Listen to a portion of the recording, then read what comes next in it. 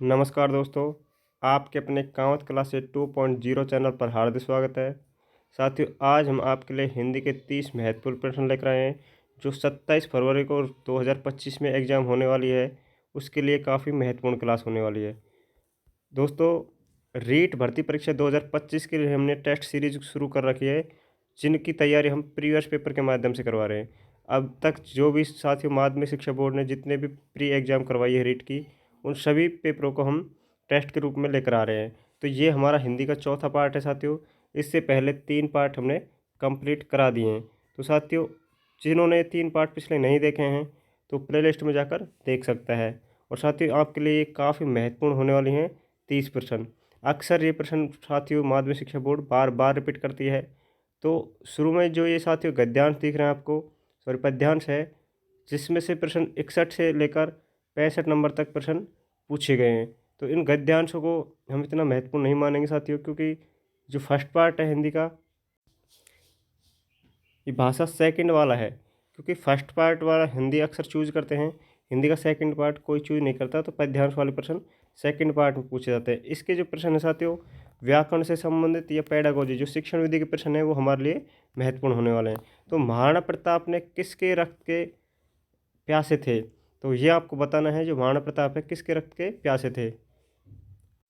इसका सही उत्तर है साथियों मुगल सेनानायक मान सिंह के। ठीक है, सी ऑप्शन बिल्कुल करेक्ट आंसर होगा। नेक्स्ट जो प्रश्न है 62वां नंबर, अगला जो प्रश्न है साथियों वो है घोड़े का हवा से पाला पड़ने का आशय क्या है? तो इसका जो करेक्ट आंसर है वो है चेतक घोड़ा हवा के प्रबल वेग के समान तेजी से दौड़ रहा था। तो डी ऑप्शन बिल्कुल करेक्ट आंसर होगा। नेक्स्ट जो प्रश्न है साथियों वो है निम्नलिखित में से किस पंक्ति में नाद सौंदर्य है? तो जिस पंक्ति में नाद सौंदर्य है वो पूछा गया है। तो इसका जो करेक्ट आंसर है साथियों वो है रुंड गिरे गजमुंड गिरे कट कट अवनी पर सुंड गिरे। डी ऑप्शन इसका बिल्कुल करेक्ट आंसर होगा साथियों। तो नेक्स्ट प्रश्न पे चलते हैं। अगला प्रश्न है उपयुक्त पद्यांश की जो भाषा है वो कौन सी है, ये हमको बतानी है। 64वां प्रश्न का जो करेक्ट आंसर है साथियों वो होगा तत्सम शब्द प्रधान हिंदी। ठीक है, डी ऑप्शन बिल्कुल करेक्ट आंसर होगा 64वें नंबर के प्रश्न का। नेक्स्ट प्रश्न है साथियों पद्यांश में मूलतः वर्णित है, तो जो मूलतः वर्णित है वो बताना है। तो इस प्रश्न का जो सही उत्तर होगा वो होगा साथियों मातृभूमि की रक्षार्थ युद्ध कर्म युद्ध एवं युद्ध क्षेत्र का जो दृश्य है, ए ऑप्शन बिल्कुल करेक्ट आंसर होगा। बढ़ते हैं नेक्स्ट प्रश्न पर। अब जो हमारे प्रश्न आ रहे हैं साथियों ये सारे के सारे हमारे लिए महत्वपूर्ण होने वाले हैं, क्योंकि रीट लेवल 1 L1 और L2 साथियों दोनों में व्याकरण से संबंधित और शिक्षण विधि से संबंधित हिंदी जो पार्ट फर्स्ट होता है, साइकोलॉजी के बाद में जो 30 प्रश्न आपको देखने को मिलते हैं भाग फर्स्ट के, उसमें साथियों व्याकरण के और जो शिक्षण विधि हैं उनके प्रश्न आपको करने होते हैं। तो ऐसे प्रश्न साथियों शिक्षण विधि के हुए व्याकरण के हुए प्रश्न माध्यमिक शिक्षा बोर्ड बार बार रिपीट करती हैं। तो इसलिए प्रीवियस पेपर आपके लिए काफ़ी महत्वपूर्ण होने वाले हैं। तो जो साथी हमारे साथ पहली बार जुड़ा है साथियों, तो प्रीवियस पेपर को देखने के लिए एवं रीट जो प्री की हम तैयारी कर रहे हैं उससे हमारे साथ जुड़ने के लिए चैनल को ज्वाइन कर ले, चैनल को सब्सक्राइब कर ले और बेल आइकन को प्रेस कर ले, ताकि वीडियो को नोटिफिकेशन आप तक पहुंच जाए। तो 66वां नंबर का जो हमारा प्रश्न है साथियों वो है शायद आज धूप निकले वाक्य है।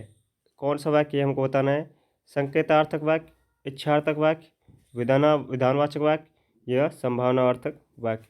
तो साथियों कौन सा ये वाक्य है हमको बताना है। तो 66वें नंबर का जो सही उत्तर होगा वो होगा संभावनार्थ वाक्य। इसमें केवल संभावना है इसलिए संभावनार्थक वाक्य हो जाएगा। D option is the correct answer. बढ़ते हैं नेक्स्ट प्रश्न पर। और साथियों हम जितने भी आपको प्रश्न लेकर आ रहे हैं उनका जो आपको आंसर दिया जा रहा है, बताया जा रहा है, ये माध्यमिक शिक्षा बोर्ड द्वारा जो आंसर ऑफिशियल आंसर की जारी की गई थी उसके आधार पर आपको बता रहे हैं। तो इसमें गलती होने की गुंजाइश कतई भी नहीं है। नेक्स्ट जो प्रश्न है साथी वो है कतर ब्योत करना। कतर ब्योत करना मुहावरे का अर्थ है आँख बचा कर निकलना, चतुराई दिखाना, काट छाँट करना, चुगली करना। तो जो इस प्रश्न का उत्तर होगा साथियों मुहावरे का जो अर्थ होगा वो है काट छाँट करना। C option is the correct answer. साथियों कतर ब्योत करना का मतलब होता है काट छाँट करना। सी इसका सही उत्तर होगा। बढ़ते हैं नेक्स्ट प्रश्न पर। अगला जो प्रश्न पूछा गया है 68वें नंबर का वो है कर्ता कारक के संबंध में कौन सा कथन जो है वो असत्य है। ये हमको बताना है। कर्ता कारक चिन्ह ने होता है, ये कथन तो बिल्कुल साथियों सही है, गलत आपको बताना है। क्रिया करने वाले को व्याकरण में कर्ता कारक कहते हैं। कर्ता कारक में विभक्ति का प्रयोग सकर्मक क्रिया के साथ भूतकाल में ही होता है। कर्ता का शाब्दिक अर्थ है साधन। तो साथियों इसमें जो असत्य कथन है वो हमको बताना है। तो इसका जो असत्य कथन है वो है साथियों, कर्ता का शाब्दिक अर्थ साधन होता है। डी ऑप्शन बिल्कुल गलत है साथियों। बाकी इसमें ने चिन्ह का प्रयोग होता है कर्ता में, और क्रिया करने वाले को क्या बोलते हैं साथियों, कर्ता बोलते हैं। और कर्ता कारक जो है इसमें विभक्ति सकर्मक क्रिया होती है हमेशा, और भूतकाल में ही होती है। ये कथन भी सही है। जो सही नहीं है वो है डी ऑप्शन। ये आपको याद होना चाहिए। पढ़ते हैं नेक्स्ट प्रश्न पर। अगला जो प्रश्न पूछा गया वो है साथियों, निम्नलिखित में अर्धविराम के लिए प्रयुक्त चिन्ह है। तो जो प्रयुक्त चिन्ह है वो बताना है। पहला ऑप्शन साथियों ये वाला चिन्ह है कि ये वाला चिन्ह है, ये वाला है, इनमें अर्धविराम का कौन सा चिन्ह है। तो दोस्तों इसका जो सही उत्तर है वो हमको बताना है। साथियों चिन्ह से संबंधित प्रश्न अक्सर एग्जाम में पूछा जाता है। तो इनमें से जो अर्धविराम का जो चिन्ह है साथियों वो है C option is the correct answer. अर्धविराम का चिन्ह होता है ये वाला, ठीक है। ये पहले ऑप्शन में जो चिन्ह दिखाया गया है साथियों ये है विस्मय बोधक चिन्ह। कौन सा है, विस्मय बोधक चिन्ह। साथियों बी ऑप्शन में जो चिन्ह बताया गया है ये जो चिन्ह है वो है अल्प विराम का। किसका है साथियों, अल्प विराम का। और नेक्स्ट जो डी ऑप्शन में है ये है साथियों पूर्ण विराम। तो ये चिन्ह आपको याद होने चाहिए, काफ़ी महत्वपूर्ण है और अक्सर एग्जाम में ये चिन्ह पूछे जाते हैं। आपको प्रत्येक जितना पेपर हमने करवाया है प्रीवियस पेपर, उन सब में एक प्रश्न आपको ये प्रश्न चिन्ह से संबंधित देखने को मिलेगा। नेक्स्ट प्रश्न है, जीवंती माँ की गिटनी राजस्थानी मुहावरे का जो अर्थ है वो सही अर्थ बताना है कि इसका सही अर्थ क्या होगा। ए ऑप्शन है अत्यधिक कंजूस होना, बी ऑप्शन है स्वार्थी होना, सी ऑप्शन है बिना सोच विचार के काम करना, और डी ऑप्शन है अन्याय सहन करना। तो इसका जो करेक्ट आंसर है वो हमको बताना है। साथियों जीवंती माँ की गिठनी, इसमें अगर देखा जाए माध्यमिक शिक्षा बोर्ड ने दिया था बोनस, ठीक है। तो इसमें बोनस है, इसका जो सही उत्तर है वो हमको बताया नहीं है। तो 17वां जो प्रश्न है इसमें आपको बोनस मिलेगा। बढ़ते हैं नेक्स्ट प्रश्न पर।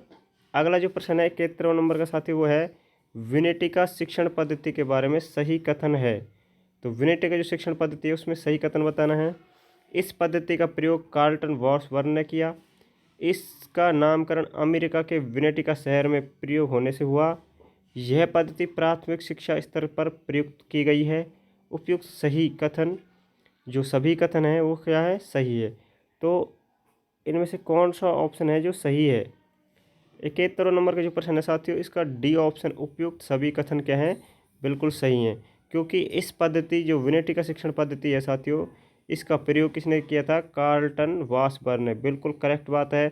नेक्स्ट ऑप्शन था कि इसका अमेरिका का एक विनेटिका शहर है साथियों, वहाँ पर प्रयोग होने से इसका नामकरण ये विनेटिका हुआ, ये भी सही है। और प्राथमिक स्तर के लिए बिल्कुल उपयुक्त विधि है। तो सभी कथन क्या है साथियों, सत्य कथन है। और आपको ये याद रखना है साथियों, अगली बार प्रश्न पूछा जा सकता है विनेटिका विधि जो है, विनेटिका विधि किसने प्रतिपादित की थी। तो वॉर्सबर्न आपको याद होना चाहिए। नेक्स्ट प्रश्न है, संरचनात्मक उपागम का अन्य नाम है। जो संरचनात्मक उपागम है उसका दूसरा नाम क्या है। तो ये आपको बताना है साथियों, ध्वनि निर्माण उपागम, अक्षर गठन उपागम, वाक्य गठन उपागम, वाक्य पठन उपागम। तो इसका जो करेक्ट आंसर है वो हमको बताना है। साथियों संरचनात्मक जो उपागम का है वो नाम है वाक्य गठन उपागम। C option is the correct answer. बढ़ते हैं नेक्स्ट प्रश्न पर। अगला जो प्रश्न पूछा गया है वो है, जैक टॉट विधि किस भाषाई दक्षता में विकास में प्रयुक्त होती है। आपको बताना है जैक टॉट जो विधि है किस भाषाई दक्षता के विकास में प्रयुक्त होती है। पठन दक्षता, वादन दक्षता, वाचन दक्षता या लेखन दक्षता। तो साथियों इसका जो करेक्ट आंसर होगा वो हमको बताना है। तो साथियों जैक टॉट जो विधि है उसमें किस दक्षता का प्रयोग होता है। इसका जो करेक्ट आंसर है साथियों होगा पठन में दक्षता। ए ऑप्शन बिल्कुल करेक्ट आंसर होगा। बढ़ते हैं नेक्स्ट प्रश्न पर। अगला जो प्रश्न पूछा गया है वो है, से स्वर वाचन के संबंध में त्रुटिपूर्ण कथन है। तो जो त्रुटिपूर्ण है वो हमको कथन बताना है, जो गलत कथन है साथियों उसको बताना है। यह बोलकर किया जाता है। इससे कक्षा का वातावरण सुखमय हो जाता है। यह वस्तु की गंभीरता से ग्रहण करने के लिए किया जाता है। यह छोटी कक्षाओं 4 से 8 के लिए अधिक उपयोगी है। तो जो कथन गलत है वो हमको बताना है सस्वरवाचन के संबंध में। तो 74वां जो प्रश्न का सही उत्तर है वो है साथियों, यह विषय वस्तु को गंभीरता से ग्रहण करने के लिए किया जाता है। तो गंभीरता से कोई विषय वस्तु ग्रहण नहीं होती, ये कथन बिल्कुल गलत है, इसलिए सी ऑप्शन इसका बिल्कुल करेक्ट आंसर होगा। बढ़ते हैं नेक्स्ट प्रश्न पर। अगला प्रश्न साथियों शिक्षण विधि से संबंधित पूछा गया है, वो है पाठ्य पुस्तक का उद्देश्य नहीं है। साथियों है और नहीं है, इन पर हमको थोड़ा ध्यान रखना है। अक्सर इस पर ध्यान नहीं देते, इसलिए हमारा प्रश्न क्या हो जाता है, गलत हो जाता है। तो ऐसी गलती ना करें, प्रश्न को ढंग से पढ़ें और जल्दबाजी न करें, सोच समझ कर इसका उत्तर दें। इसका सही उत्तर हमको बताना है 75 नंबर के प्रश्न का। तो साथियों इसका जो सही उत्तर है वो है विद्यार्थियों के ज्ञान की सीमा को सीमित करना। तो पाठ्य पुस्तक का जो उद्देश्य नहीं है वो है कि किसी के ज्ञान, जो विद्यार्थी का जो ज्ञान है उसको सीमित करना, इसका कोई उद्देश्य नहीं होता है। तो सी ऑप्शन बिल्कुल इसका जो करेक्ट आंसर है वो है सी ऑप्शन। नेक्स्ट प्रश्न पर चलते हैं साथियों। अगला हमारा 76 नंबर का प्रश्न है वो है भाषा शिक्षण के किस संसाधन द्वारा शुद्ध उच्चारण, वाक्य संरचना पाठ तथा वार्तालाप रिकॉर्डों के माध्यम से सिखाया जाता है। तो इसमें जो सही उत्तर है वो बताना है ग्रामोफोन, रेडियो, मात्रा खिड़की, लिंगोफोन। साथियों इसका जो करेक्ट आंसर होगा वो हमको बताना है। तो इसका जो सही उत्तर है वो है ग्रामोफोन और लिंगोफोन। ये दोनों ऑप्शन बिल्कुल करेक्ट आंसर साथियों। इन दोनों में ही शुद्ध उच्चारण होता है, वाक्य संरचना पाठ होता है और वार्तालाप को क्या किया जाता है, रिकॉर्ड किया जाता है। ए और डी दोनों उत्तर माध्यमिक शिक्षा बोर्ड ने सही बताए थे और ए और डी दोनों वास्तव में सही भी हैं। तो ये आपको पता होना चाहिए। बढ़ते हैं नेक्स्ट प्रश्न पर। अगला जो प्रश्न है साथियों वो हमारा है हिंदी शिक्षण में विद्यार्थी की साहित्यिक अभिरुचि को बढ़ाने वाली क्रियाओं में निम्नलिखित में से कौन सी सम्मिलित नहीं है। जो नहीं है वो बताना है।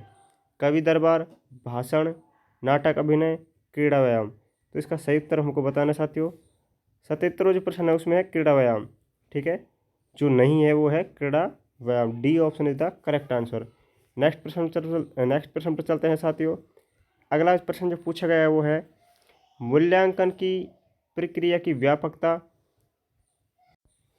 छात्र के समस्त व्यक्तित्व पर अपने प्रसार का उल्लेख करती है, न कि उसका केवल बौद्धिक उपलब्धि का। तो ये जो कथन है ये किसका है आपको बताना है साथियों। इसका जो सही उत्तर है वो है रेमर्स व गेज। ये परिभाषा साथियों 2 बार मूल्यांकन की 2 बार रिपीट हुई है, तो इसको नोट जरूर कर ले। मूल्यांकन की जो शिक्षण विधियाँ हैं उनमें अक्सर ऐसा प्रश्न आपको देखने को मिल सकता है, तो इसको परिभाषा को नोट कर लेना।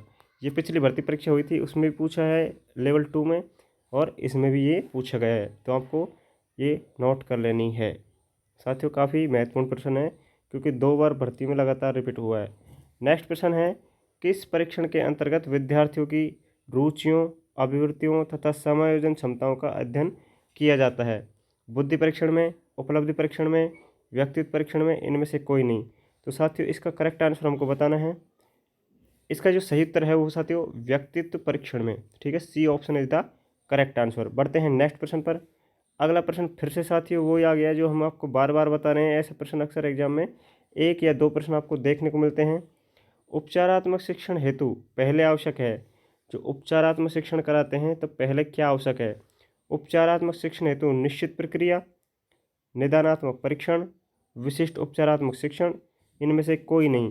तो साथियों जब उपचारात्मक शिक्षण करवा रहे हैं तो उससे पहले क्या ज़रूरी है, निदानात्मक परीक्षण। जैसा कि आपको पता होगा कि सबसे पहले किसी बच्चे की समस्या को खोजा जाता है, तो खोज जब करते हैं साथियों उसको पहचाना जाता है, तो उसके लिए निदानात्मक परीक्षण होना ज़रूरी है। तो पहले निदानात्मक परीक्षण होता है समस्या का, पहले समस्या का पता लगाया जाता है, खोज की जाती है, उसके बाद में उपचारात्मक शिक्षण कराया जाता है। तो ये आपको पता होना चाहिए। और निदानात्मक उपचारात्मक से संबंधित हर बार साथियों 1 या 2 प्रश्न आपको देखने को मिलेंगे, तो इन दोनों को ध्यान रखना है। निदानात्मक जो परीक्षण होता है वो होता है किसी समस्या की खोज करना, ठीक है, या पता लगाना। ये हर एग्जाम में प्रश्न आता है, पता लगाना। और इसके अलावा उपचारात्मक शिक्षण का मतलब होता है साथियों किसी समस्या का क्या करना, समस्या का समाधान करना, ठीक है, समस्या का समाधान करना। तो ये आपको पता होना चाहिए। दोनों प्रश्न अक्सर एग्जाम में आपको देखने को मिलेंगे। अब गद्यांश से संबंधित साथियों, चाहे हिंदी भाग फर्स्ट हो चाहे हिंदी भाग सेकंड हो, ये आपके लिए प्रश्न आने वाले हैं 81 से 90 नंबर तक, ठीक है। तो 81वां जो नंबर का प्रश्न है उस पर चलते हैं साथियों। 81वां नंबर का प्रश्न हमारा जो है वो है, निम्नलिखित शब्दों में से शब्दकोश में पहले कौन सा शब्द आएगा? अभ्यस्त, अब, अर्थोन्माद, अलग। तो इसमें जो सबसे पहले जो शब्द आएगा वो है साथियों ए तो सब में है, उसके बाद में ब है, ल है, इधर र है और इधर भ है। तो इसमें अब आएगा, ठीक है। बी ऑप्शन इसका बिल्कुल करेक्ट आंसर होगा शब्दकोश के आधार पर। नेक्स्ट प्रश्न पर चलते हैं साथियों। पवित्र शब्द का सही संधि विच्छेद। तो पवित्र में कौन सी संधि है ये भी पता होना चाहिए, और इसका सही संधि विच्छेद है वो भी पता होना चाहिए कौन सा होगा। पव प्लस इत्र, पै प्लस इत्र, पौ प्लस इत्र, पौ प्लस इत्र। तो साथियों पवित्र में जो संधि विच्छेद होगा वो होगा पो प्लस इत्र। साथियों इसमें जो संधि है वो होगी अयादि। कौन सी होगी? अयादि संधि। जो स्वर संधि का भाग है अयादि संधि, तो वो संधि इसमें होगी। और संधि से संबंधित हर बार एग्जाम में प्रश्न आपको देखने को मिलेगा। अगला प्रश्न है, अनर्थ शब्द का अनर्थ जो शब्द है उसमें उपसर्ग है, अन है, ए है, अन है या अनर है। तो अनर्थ जो शब्द है उसमें जो सही उपसर्ग है साथियों वो हमको बताना है। इसमें अनर्थ शब्द में है साथियों अन। सी ऑप्शन इसका बिल्कुल करेक्ट आंसर होगा। अन प्लस अर्थ, अन प्लस अर्थ, ये इसका संधि विच्छेद होगा। तो अन अलग हो जाएगा, अर्थ शब्द अलग हो जाएगा, तो इसमें अन उपसर्ग माना गया है, ठीक है। बढ़ते हैं नेक्स्ट प्रश्न पर। अगला जो प्रश्न है वो है जबरदस्ती। जबरदस्ती शब्द है तत्सम है, देशज है, तद्भव है, विदेशी है। तो कौन सा शब्द है साथियों जबरदस्ती? तो इसका करेक्ट आंसर है साथियों जबरदस्ती एक विदेशी शब्द है। D option is the correct answer. बढ़ते हैं नेक्स्ट प्रश्न पर। 85 नंबर का हमारा प्रश्न जो है वो पूछा गया है, प्रतिष्ठित शब्द में कौन सा प्रत्यय है? प्रतिष्ठित जो शब्द है उनमें कौन सा प्रत्यय है? ठित है, इत है, इत है या इत है? इनमें से कौन सा सही है? साथियों प्रतिष्ठित जो शब्द है इसका सही उत्तर होगा इत। इत जो शब्द है ये प्रत्यय का रूप में है, ठीक है। इसमें जो सही प्रत्यय है वो है इत, छोटा वाला ई और तय। नेक्स्ट प्रश्न पर चलते हैं साथियों। अगला जो प्रश्न पूछा गया वो है, पहले शब्द में क्रिया विशेषण है स्थानवाचक, रीतिवाचक, परिणामवाचक या कालवाचक। तो साथियों इनमें जो सही उत्तर है वो हमको बताना है। 86 नंबर का प्रश्न। तो पहले एक समय का बोध करा रहा है तो काल का बोध करा रहा है, तो डी ऑप्शन इसका बिल्कुल करेक्ट आंसर होगा साथियों। बढ़ते हैं नेक्स्ट प्रश्न पर साथियों। वीडियो अच्छी लग रही है तो वीडियो को लाइक कर दें, और चैनल पर पहली बार आए तो चैनल को सब्सक्राइब जरूर कर लें, बेल आइकन को प्रेस कर लें ताकि वीडियो का नोटिफिकेशन आप तक पहुंच जाए। और प्रीवियस पेपर के आप सभी को पता होगा, जो साथी हमारे साथ लगातार जुड़ रहे हैं उनको बता दूँ मैं, प्रीवियस पेपर का हमारा ये चौथा वीडियो है साथियों। इससे पहले 3 पार्ट कंप्लीट करा दिए हिंदी भाषा के। इसके अलावा साइकोलॉजी, मैथमेटिक्स, हिंदी, संस्कृत सभी के हम टेस्ट लगातार आपके लिए लेकर आ रहे हैं, और सारे वही लेकर आए हैं जो साथियों अभी तक एग्जाम में जो प्रश्न आए हैं।